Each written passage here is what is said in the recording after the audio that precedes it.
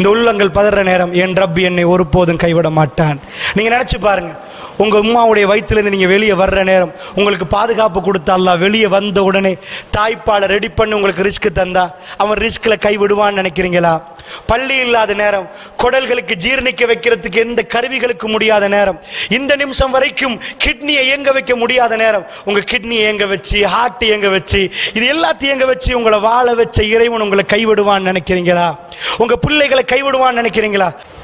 நல்லா புரிஞ்சுக்கோங்க, துனியாவுல வார எந்த சோதனைக்கு பின்னாடி நேரடியான அல்லாஹ்வுடைய உதவி வரும். ஒரே நாளில் வராது. நீங்கள் பார்த்து கொண்டு எதிர்பார்த்து கொண்டு இருக்கிற நேரம். கடைசியா மூசா நபி போறாரு, அவருக்கு மெப் தெரியாமல நல்ல மெப்ப கரைச்சு குடிச்சவர். சரியா போறாரு, கடல் குறுக்க நிக்குது, அவர் நிக்கிறார், மக்கள் பின்னாடி, ஃபிரௌன்ட படம் வருது, அவருக்கு தெரியும் எப்படி ஃபிரௌன்ட படம் வரும்.